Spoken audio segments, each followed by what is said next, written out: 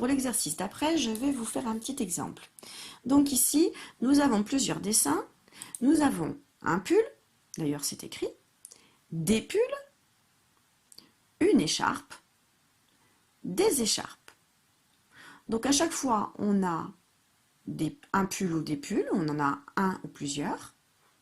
Et puis, on a une écharpe ou plusieurs écharpes. Je voudrais préciser comment est ce pull. Un pull, je voudrais préciser la couleur. Qu'est-ce que je vais écrire? Un pull bleu. Et là, des pulls bleus. Et la couleur de l'écharpe? Une écharpe verte. Des écharpes vertes.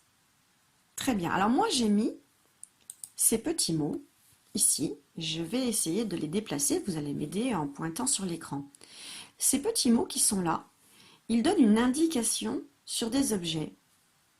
Ils donnent une qualification sur ces objets, sur ces noms. Rappelez-moi comment s'appellent les petits noms qui donnent une qualification, une description. Ce sont des adjectifs qualificatifs. Vous vous rappelez de ce mot? Donc les 4 mots qui sont ici, on peut s'en passer, hein. Un pull, je comprends ce que c'est. Mais un pull bleu, ça permet de déterminer la couleur du pull. Je pourrais le différencier d'un pull rouge, ou d'un pull jaune, ou d'un pull rayé. Donc là, c'est un pull bleu. Vous allez m'aider à placer les mots dans les bonnes colonnes. Donc moi ici, j'ai dit que c'était un pull bleu. Pointez sur l'écran où est écrit le mot bleu pour un pull. Lisez bien les 4 mots avant, hein. Alors, vous m'avez peut-être montré celui-ci. Oui, sauf qu'il y a un autre mot bleu qui est ici. Alors, je vais le mettre au-dessus. Regardez la différence. Il y a un S ici. Pourquoi on a mis un S à bleu? Oui, c'est quand il y avait plusieurs pulls. Donc, celui-ci, il va là. Et c'est celui-ci, sans S. Puisqu'ici, on a un seul pull bleu. Là, on a des pulls bleus, c'est pour ça qu'on a mis un S à bleu. Maintenant, je vous laisse me trouver le mot pour une écharpe verte. Où se trouve ce mot? Où se trouve cet adjectif qualificatif verte? Il est ici, oui, puisqu'on a une écharpe verte, donc on n'a pas besoin de mettre un S puisqu'il n'y en a qu'une.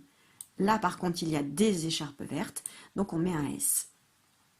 J'ai mis 2 mots, je vous laisse lire ces mots en rouge. Il y a d'abord le mot singulier et ensuite il y a le mot pluriel. Le mot singulier, ça veut dire que il n'y en a qu'un seul. Singulier, seul. Il est tout seul. Pluriel, il y en a plusieurs. Ça commence pareil. C'est un petit peu facile de se rappeler, hein. Singulier, c'est quand il est tout seul. Pluriel, c'est quand il y en a plusieurs. Et là, je me suis trompée. Moi, je voudrais que les choses au singulier ici. Donc du coup, je vais mettre mon écharpe qui est toute seule dans le singulier. Ici, effectivement, j'ai des objets qui sont tout seuls. Alors qu'ici, j'ai mis des objets où il y en avait plusieurs. D'accord? Donc maintenant, je vais vouloir entourer les signes du pluriel. Donc là, il n'y a pas de signe qui nous montre qu'il y en a plusieurs. Par contre ici, si j'entoure ce qui est au pluriel, j'entoure les S. À pull, il y en a plusieurs, il y a un S. À bleu, il y en a plusieurs, il y a un S. Écharpe, il y en a plusieurs, il y a un S. Verte, il y en a plusieurs, je mets un S également. Vous allez devoir faire exactement le même exercice avec les 4 mots qui sont ici. Ce sont des adjectifs qualificatifs qui nous permettent de donner une description sur les crayons et sur les plantes. Vous avez 4 mots, 4 espaces, vous allez devoir lire les mots et les replacer au bon endroit. Attention, là j'ai un seul crayon, donc il est au singulier. Là j'en ai plusieurs, donc c'est au pluriel. Même chose, là c'est au singulier, j'ai une seule plante, elle est toute seule, alors que là j'ai plusieurs plantes, j'en ai 2. Dans le 7e exercice, vous allez avoir 4 expressions à recopier. Vous allez devoir les lire et vous allez devoir les recopier selon s'il y en a un tout seul, c'est le groupe singulier, ou s'il y en a plusieurs. D'accord? Donc vous devez les recopier. Attention, je vais vous montrer la réponse. Donc vous faites d'abord l'exercice et ensuite vous regardez la réponse. Voici la réponse. Je vous laisse corriger si vous êtes trompé.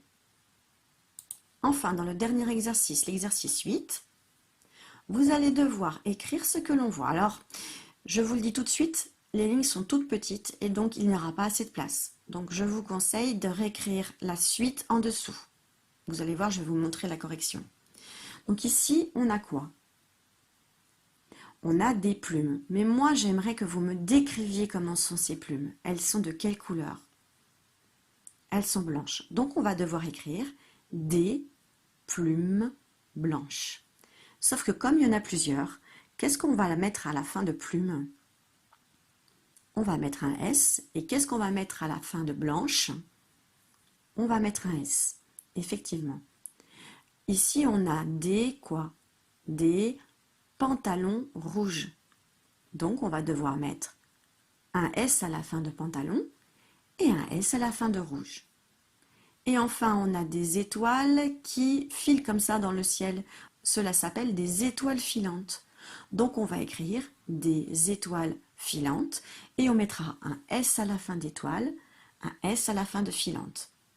Comme je vous l'avais indiqué, il n'y a pas beaucoup d'espace. Donc, vous allez devoir écrire des plumes sur les lignes et blanches en dessous. Des pantalons sur les lignes, rouges en dessous. Des étoiles sur les lignes, filantes en dessous. Bon travail!